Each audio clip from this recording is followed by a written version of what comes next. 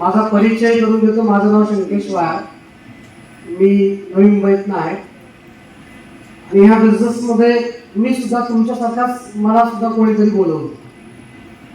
ज्यांनी मला बोलवलं होतं त्यांनी मला हे सांगितलं होतं बोलवताना, तुला जर तुझ्या आयुष्यात काहीतरी परिवर्तन करायचं असेल तर माझ्याबरोबर चल. त्यावेळेला वय वर्ष 23 आणि 23व्या वर्षामध्ये कुठली तरी व्यक्ती मला बोलवते किंवा काहीतरी परिवर्तन करायचं असेल तर माझ्यावर चल. कारण मी ज्या कुटुंबातनं आहे, माझं जे फॅमिली बॅकग्राऊंड, माझ्या घरात आम्ही 3 भाऊ 1 बहीण. जवळपास 2003ला माझी आई गेली, 1997 साली माझे बाबा गेले. मी खूप लहान होतो, 13-14 वर्षाचा असताना वडील गेले, त्यानंतर आई गेली. शिक्षण फार झालं नाही, घरची परिस्थिती खूप नाजूक होती. जन्म हा श्रीमंतीत घेतला, पण वडील गेल्यानंतर तितक्याच जवळ गरिबी पाहिली आणि 9वी पास, 10वीला 1-2 महिने गेलो आणि पुढे शिकता आलो. कारण शिक्षण घेण्यासाठी माझे कुठलाच सोर्स नव्हता. मी आणि माझ्या मोठ्या भावाने शिक्षण सोडलं. लहान भाऊ होता, त्याला थोडंफार शिकवलं, ते पण 11वीच्या अर्ध्या वर्गातलं त्यालाही घरी बसवलं, कारण आर्थिक परिस्थिती फार वाईट. जेव्हा मी हा बिझनेस पाहिला त्यावेळेला या ठिकाणी सांगितलं गेलं की तुम्ही या बिझनेस मध्ये 2 लाख 10,000 रुपये कमवणार, करोडपती बनणार, खूप मोठे स्वप्न पूर्ण होतील. पण हा बिझनेस पाहता मी एकच विचार केला, जर मी या बिझनेसला स्वीकारले, या बिझनेसला मी करायला सुरुवात केली आणि मला फार नाही पण महिन्याचे जर 10 ते 15,000 रुपये जर मिळाले तर आज माझं कुटुंबाच्या अडचणीतनं चाललेलं, त्या अडचणीतनं थोडस लाईफ जगायला सोपं होऊ शकतं. त्या मानसिकतेतनं मी हा बिझनेस सुरू केला. मला 2 लाख 10,000 समजले नव्हते, कारण तेवढी माझी मानसिकता नव्हती. कारण कुठली मोठी फिगर, मोठं इन्कम समजण्यासाठी तुमचं त्या लेवलचं प्रोफाईल, त्या लेवलचं बॅकग्राऊंड लागतं किंवा त्या लेवलची शैक्षणिक पात्रता लागते. माझी शैक्षणिक पात्रता तेवढी मोठी नव्हती, आर्थिक दृष्ट्या माझं कुटुंब तेवढं स्ट्रॉंग नव्हतं. पण विचार केला जर 10,000 रुपये मिळाले तर हा बिझनेस करायला काय हरकत नाही. आणि मी या बिझनेस मध्ये आलो, बिझनेस सुरू केला. जसं तुम्हाला या ठिकाणी कोणतरी एक जवळचा व्यक्ती घेऊन आला, असं मलाही सांगितलं की जवळच्या लोकांना बिझनेस दाखवायचा आहे. तर मी माझ्या लाईफ मधल्या खास लोकांना बिझनेस दाखवला. ज्याला जवळच्या काही खास लोकांना बिझनेस दाखवला, त्याच्यामध्ये सगळ्यात पहिलं हा बिझनेस दाखवला मी माझ्या सख्या मोठ्या भावाला. जसं तुम्ही जे बसला, माझा दादा येऊन बसला, त्याने बिझनेस ऐकला पण अर्ध्यात तो उठून बाहेर गेला. जसं स्क्रीनवरती 2 लाख 10,000 दाखवले आठवड्याची मिळतील, तसं माझा भाऊ उठून बाहेर गेला. मला असं वाटलं की दादाला बिझनेस फार आवडलेला दिसतोय, एटीएम मध्ये जाईल, पैसे जे असतील ते घेऊन येणार, बिझनेस चालू करेल. पण भाऊ उठला, बाकी कोणीच उठलं नाही. तर मनामध्ये शंका आली की 5-10 घरातलं चुकलेलं आहे. तर बाहेर जाऊन मी माझ्या भावाला विचारलं, दादा काय झालं, तू का उठलास? तर माझा मोठा भाऊ, 4 वर्षांनी मोठा, जे आपल्या घरातले वरिष्ठ लोक जे डायलॉग मारतात ते डायलॉग त्यांनी मला मारले की तू मोठा की मी मोठा, तू जास्त उन्हाळे पावसाळे काढले की मी जास्त काढले, तू जास्त शिकला की मी जास्त शिकला. हे बघ असं होत नाही, असलं काही करायचं नाही, आपलं जे चाललंय ना ते करायचं, आतून पाहून पायी पसरायचं. बरं, सगळ्यात मोठी चूक काय माहितीये? सगळ्यात मोठी चूक की मी पहिल्या दिवशी माझ्या मोठ्या भावाला बिझनेस दाखवला, ही सगळ्यात मोठी चूक. कारण त्यांनी पहिल्या दिवशी माझ्या लहान भावाला सांगितलं मी काय करतोय. आता पॉझिटिव्ह सांगितलं असेल का, किंवा त्याच्या नातीला जरा असं काय सांगितलं असेल का? एकदम निगेटिव्ह सांगितलं. म्हणजे मी अशा प्रकारच्या सेमिनार मधनं, मीटिंग मधनं घरी एकदम उत्साहित होऊन जायचं की नाही काहीतरी करायचं लाईफ मध्ये. आणि माझ्या घरात माझे 2 भाऊ मला पाहून माझ्याबद्दल अशी चर्चा करायचे. पहिलं तुम्ही घरी गेलो तर माझा लहान भाऊ मोठा भाऊ करोडपती आहे, मला मोठा भाऊ म्हणायचा ते येड्या नववी शिकेल, त्याला काही कळतं का? म्हणजे माझी अशी हालत होती माझ्या घरामध्ये की सत्ताधारी पक्षाचा मी एक आमदार होतो, माझ्या घरात 2 विरोधी पक्ष भेटले.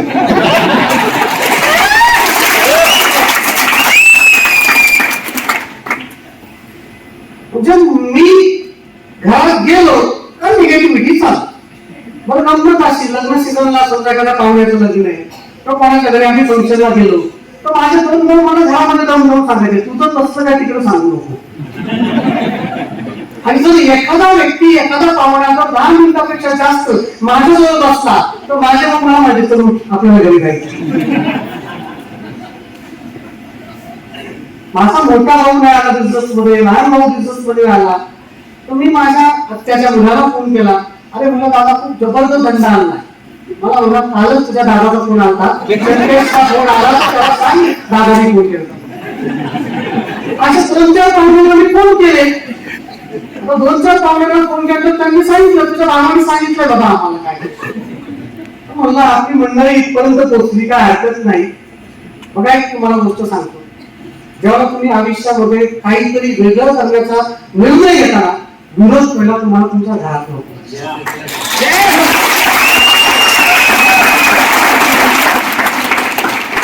आणि जे तुमच्या बाबतीत आज घडतं ते माझ्या बाबतीत पण घडलं.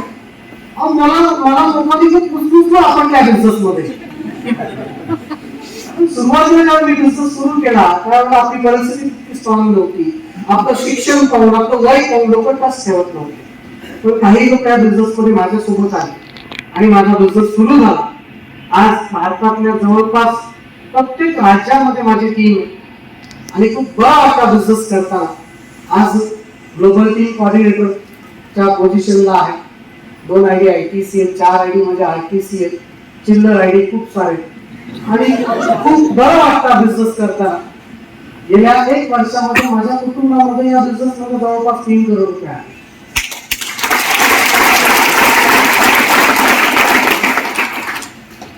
आणि का होऊ शकलं तर माझ्यामध्ये काय मॅजिक आहे म्हणून नाही, त्या सिस्टम मध्ये ते मॅजिक. मी नेहमी सांगतो तुमचं टॅलेंट आणि तुमचे कष्ट तुम्हाला कधीच मोठे करत नाही. तुमचं टॅलेंट आणि तुमचे कष्ट कुठल्या फॉर्म्युला सोबत काम करतात, तो फॉर्म्युला तुम्हाला मोठा करतात.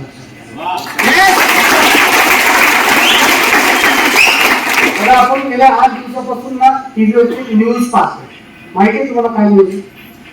एक कंपनी महाराष्ट्रात गुजरात मध्ये गेली, वेदांत. 2.5 लाख लोकांचा रोजगार गेला. बरोबर की नाही? मी मागाशी सर बोलत असताना मी विचार केला, आमच्या किशोर आयरे सरांनी आजपासून काही वर्षापूर्वी सरकारी नोकरी करत असताना बिझनेस मध्ये येण्याचा निर्णय घेतला आणि त्या बिझनेस मध्ये आले. आज एक व्यक्ती किती लोकांना रोजगार देतोय कॅल्क्युलेशन करा. आज एक किशोर आयरे सर आज संपूर्ण भारत देशामध्ये लाखो लोकांना रोजगार दिला. मग वेदांचा ग्रुप मोठा की आमचे किशोर आयरे सर मोठा?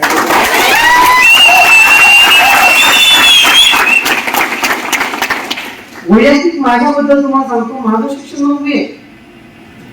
आणि जर कुठल्या सरकारी खात्यात गव्हर्नमेंटकडे जर मी नोकरी मागायला गेलो, महाराष्ट्र गव्हर्नमेंट नोकरी मागायला गेलो, तर शिंदे साहेब माझे जरी घरातले असतील तरी ते मला देऊ शकत नाही नोकरी, कारण माझं सायकल सिस्टम मध्ये टाकलं तर सिस्टमला यायला येणार.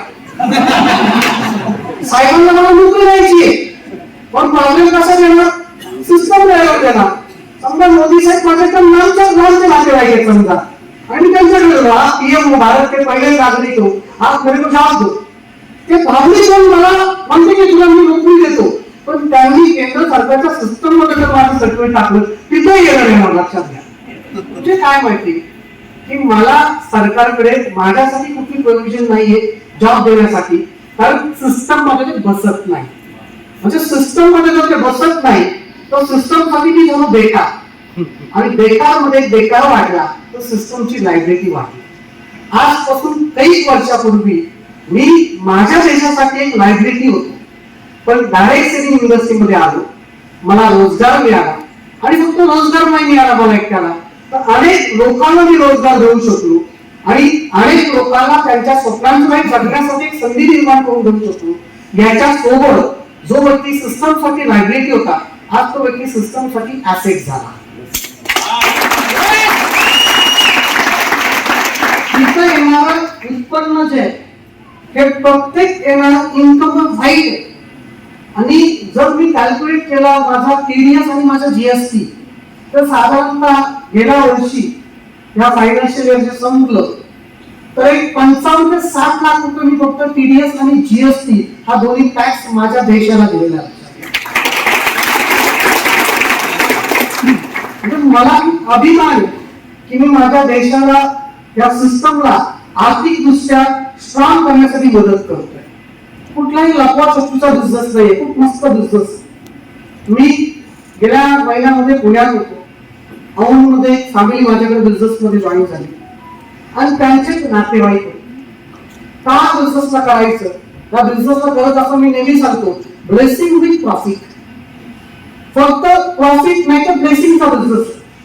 तर त्या ठिकाणी मला एक व्यक्ती येऊन भेटला आणि त्याने सांगितलं की सर, माझी जी वोकल कॉर्ड होती, वोकल कॉर्ड जिथून आवाज निघतो, तुम्ही म्हणजे ना 9वी शिकलेला इंग्लिश फार चांगला बोलतो, बरोबर नाही? हा याला स्टेडियम मध्ये विचारू तो काही प्रयत्न करू नका, लक्षात.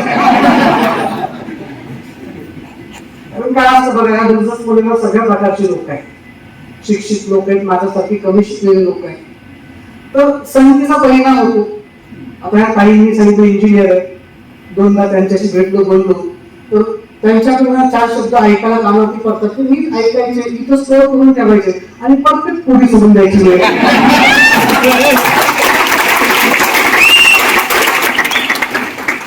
तर त्या ग्रहस्थांनी मला सांगितलं की माझं वय वर्ष 42-43 आणि म्हणे सर, माझ्या वोकल कॉर्डला पॅरालायसिसचा अटॅक आला. वोकल कॉर्ड जे तिला पॅरालायसिस आणि माझ्या थायरॉइड मध्ये गाठ होती, सिस्ट होतं, सिस्ट. आणि ती व्यक्ती स्वतः पुण्यामध्ये औंधमध्ये एम्स हॉस्पिटल ची कर्मचारी. आणि त्यांनी मला सांगितलं की माझा पूर्ण व्हॉइस गेला होता, आवाज गेला होता, पूर्ण माझी बायको, मुलं, आई वडील डिस्टर्ब होते. तर डॉक्टरनी सांगितलं की स्पीच थेरपी असते, त्याचे व्यायाम करावे लागतील. साधारणतः तुमचा आवाज वर त्याची गॅरंटी देऊ शकत नाही की पुन्हा तितका निघेल, पण थोडाफार तरी निघेल. पण तुम्हाला वर्ष 1.5 वर्ष सिटिंग करावं लागेल आणि स्पीच थेरपीचा एक्सरसाइज करावा लागेल. म्हणजे सर, मी 2दा एक्सरसाइज केला तर तो माझ्यासाठी झाला नाही आणि तो एक्सरसाइज करतो मी सोडून दिला आणि माझ्या घरातले सगळे लोक दिसत. माझ्या टीम मध्ये एक मनीषाताई गोळे, त्यांना आपलं 95 त्यांचं सीला गोल्ड आणि डेलिटॉक्स नावाचं प्रोडक्ट त्यांना रेकमेंड केलं. आणि त्या व्यक्तीने साधारणतः 2.5-3 महिने ते प्रोडक्ट घेतलं आणि 2.5-3 महिन्यानंतर त्या व्यक्तीने ते प्रोडक्ट घेतल्यानंतर त्या व्यक्तीचा जो व्हॉइस होता, जो गेला होता, तो व्हॉइस त्याला पुन्हा परत मिळाला. मी सांगत नाहीये, मी सांगत नाहीये, ज्या व्यक्ती बाबतीत घडलं तो व्यक्ती तो मला भेटायला आता बुके घेऊन सांगायला आता की थँक्स, तुमच्या प्रोडक्टमुळे माझ्या लाईफला एक पुनर्जन्म भेटला. मग लोकांच्या लाईफला जर आपण हेल्दी करतोय आणि लोकांच्या हातात आपण रोजगार करतोय, देतोय, तर मला असं वाटतं की हा खूप चांगला बिझनेस. गरजेचं नाही की प्रत्येकाला पटलं पाहिजे. मला पटलं, मी या बिझनेस मध्ये आलो. माझ्या भावांना नाही पटलं, ते नाही आले, पण काही कालांतरानंतर माझा सक्सेस होऊन त्यांना यावं लागलं. माझा मोठा भाऊ 2 वर्षानंतर आला, लहान भाऊ 5 वर्षानंतर आला. आज माझ्या मोठ्या भावाकडे मर्सिडीज बेंझ आहे, लहान भावाकडे ऑडी आहे. माझ्या पार्किंगमध्ये जॅग्वार, बेंझ, रोस्टर जवळपास 2.5-3 करोडच्या 4 व्हीलर माझ्याच पार्किंगमध्ये उभ्या स्वतःच्या. मुद्दा असा की जर माझे भाऊ नाही आले आणि मी जर थांबलो असतो तर कदाचित आज जे काय माझ्या लाईफ मध्ये घडतंय ते घडलं नसतं. मित्र, आज कदाचित तुमच्या बरोबर कोणी येईल नाही येईल हे महत्वाचं नाहीये, पण तुम्ही या बिझनेस मध्ये ज्याच्यासाठी आला, ज्या कारणासाठी आला, त्याच्या बरोबर प्रामाणिक राहा. एक दिवस न आलेल्या व्यक्तीला सुद्धा तुमचा सक्सेस होऊन यावं लागेल. खूप मोठा बिझनेस आहे, खूप मोठी इंडस्ट्री आहे आणि नाशिकचे सगळे लोक खूप जबरदस्त आहेत. आमचे मित्र, माझ्यापेक्षा मोठे किशोर आयरे सर, मी त्यांना गुरुच्या ठिकाणी नेहमी मानतो. कारण की एक शिक्षकाची नोकरी करणारा व्यक्ती, खेड्यागावात शिक्षकाची नोकरी करणारा व्यक्ती आज एवढं मोठं एम्पायर करू शकतो. आज ते आमच्यासाठी एक आयडॉल व्यक्ती आहे. तर त्यांचे मी या ठिकाणी आभार मानतो आणि तुम्ही लोकांनी मला ऐकलं, तुमचा आभार मानतो. जय हिंद, जय महाराष्ट्र.